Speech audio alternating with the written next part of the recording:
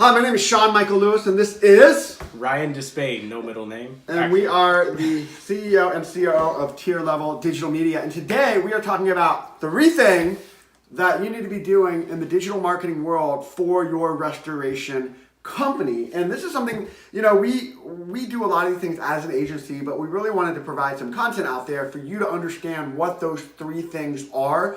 And they are very wide when you get into each of these categories, but we just kind of want to go through them and kind of give you some basic points that you need to be doing as an owner, or hire someone or hire an agency to do these things for you. But we're going to go ahead and start now. The first thing that you need to be doing is focus on your SEO and content development. And Ryan, what does SEO mean anyway? So SEO is just search engine optimization. And what we're doing is we're using keywords, ways that people are looking for you on a search engine, whether it's Google, whether it's Safari, whether it's Bing, that the keywords that they use or whatever they're using to search for your services are going to show up on your page. And Google is going to say, this page here has the best ranking for what you are searching for. So whether it is water damage, fire damage, mold damage, whatever that might be, we want those websites to have those keywords inside of them so that they can rank higher for Google. Now, a lot of people ask us, Ryan, you say put those keywords on my website, and sometimes that's just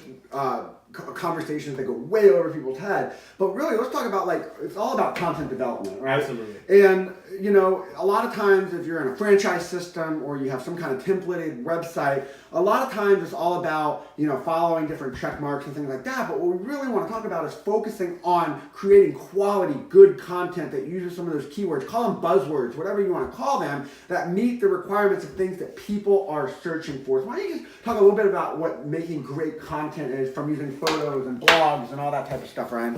It has to do with readability. Readability for your audience. Your audience needs to be able to read it, look at it, and say, this makes sense to me.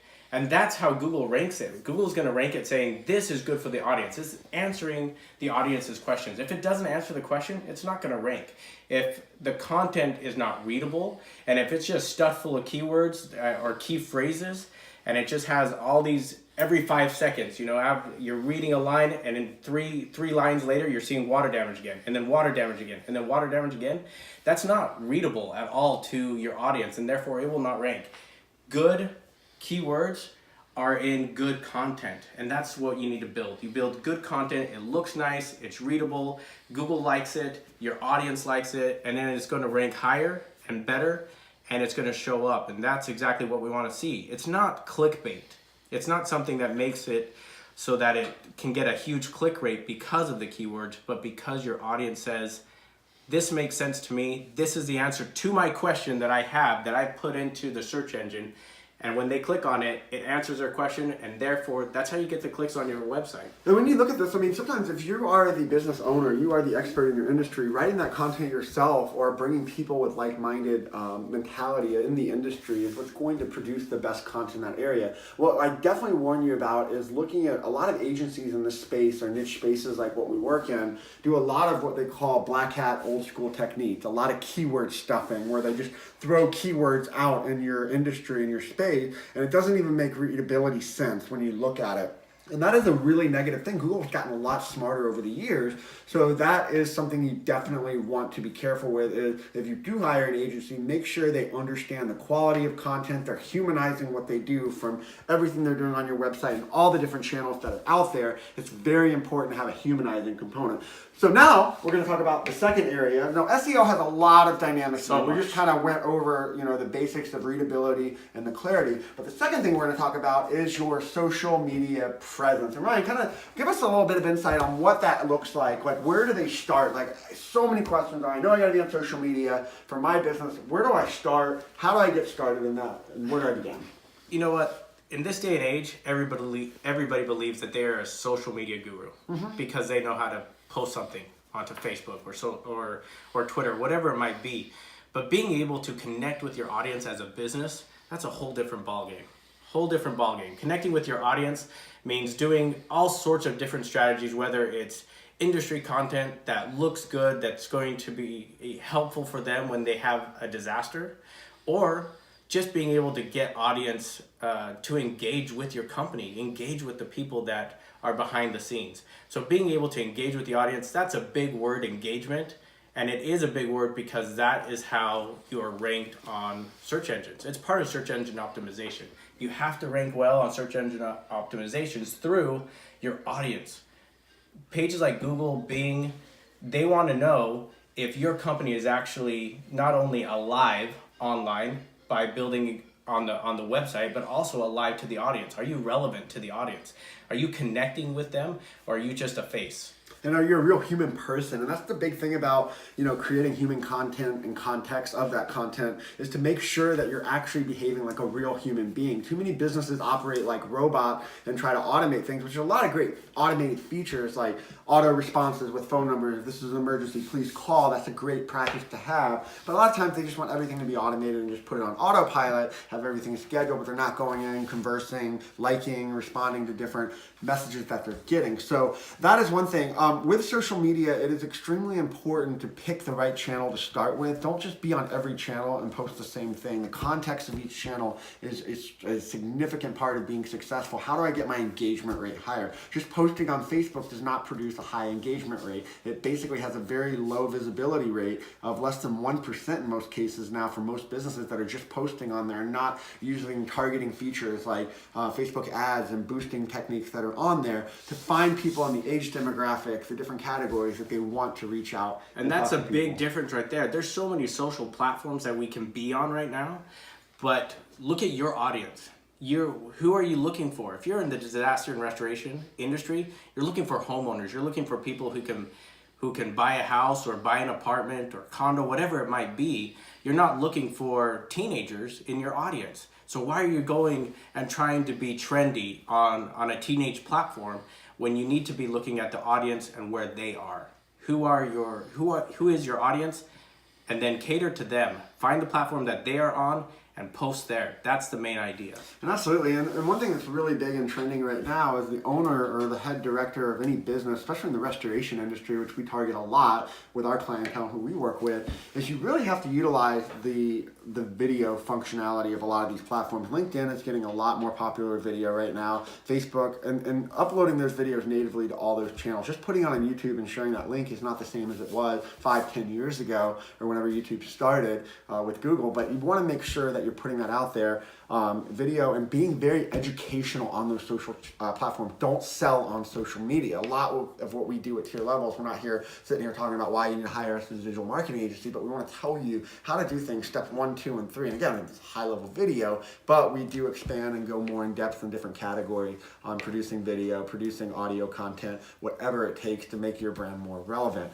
So that is kind of the big thing with social media. Like Ryan said when he started out, that we don't even consider ourselves social media experts. We've been doing this for several years with many businesses, hundreds of businesses, and it changes so fast that we're constantly evolving and learning each platform. New platforms come, old platforms go. Some platforms stay longer than others. Some platforms are now blowing up where they weren't years ago. But a lot of people ask me, because I always get forced to answer this, what are the top 3 channels I need to be on if I'm a restoration company? I'm going to say right now it's going to be Facebook. LinkedIn is probably the priority. So Facebook, LinkedIn are going to be those top 2. Which wouldn't have been the case a few years ago. No. LinkedIn wasn't even on the map. Yeah, and now LinkedIn, since acquired by Microsoft, is a great database for building a network and growing your business from a revenue standpoint, but also connecting, building relationships. And then I'm going to say, between like Twitter and YouTube, you want to make sure you're looking at those channels as well. Twitter has some unique functionality, but each one of those platforms operates a little different,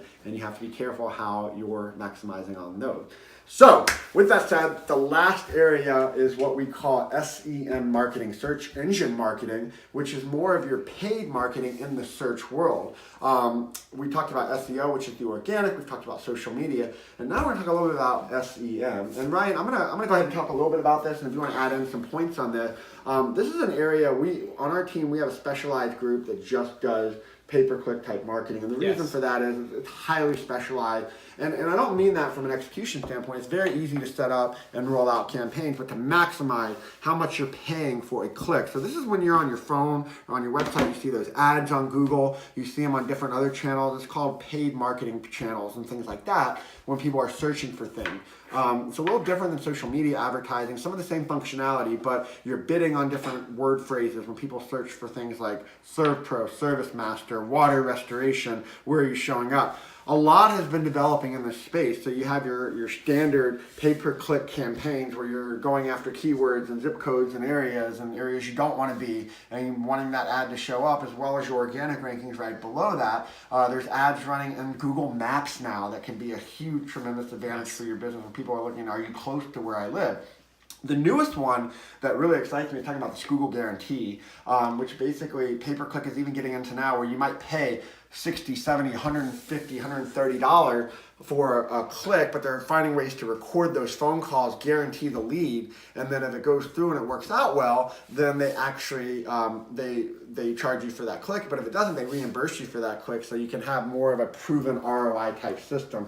So pay-per-click is a great strategy. You just got to have the right people monitoring it, managing it, and making sure it's being implemented to get the highest level of clicks for the best price possible. Anything you want to add on that, Ryan? Because I know it's been very beneficial for many of our clients. For many of our clients, we've noticed that what we are doing behind the scenes organically is transitioning to the pay-per-click. So now you're showing up multiple times on the front page. Your ad is showing up in the ad space of Google, which is the top 5 places. And as you move down, you see the map feature, and you're looking great on the map. And then after that, you're right there again in the organic ranking. So you're ranking organically, and it's just another check to say, this is a reputable company. Not only do they have ad space, they're also ranking organically for the same keywords, for key phrases that you're paying for. It's already in your system because you're working with a company that knows organic and pay-per-click.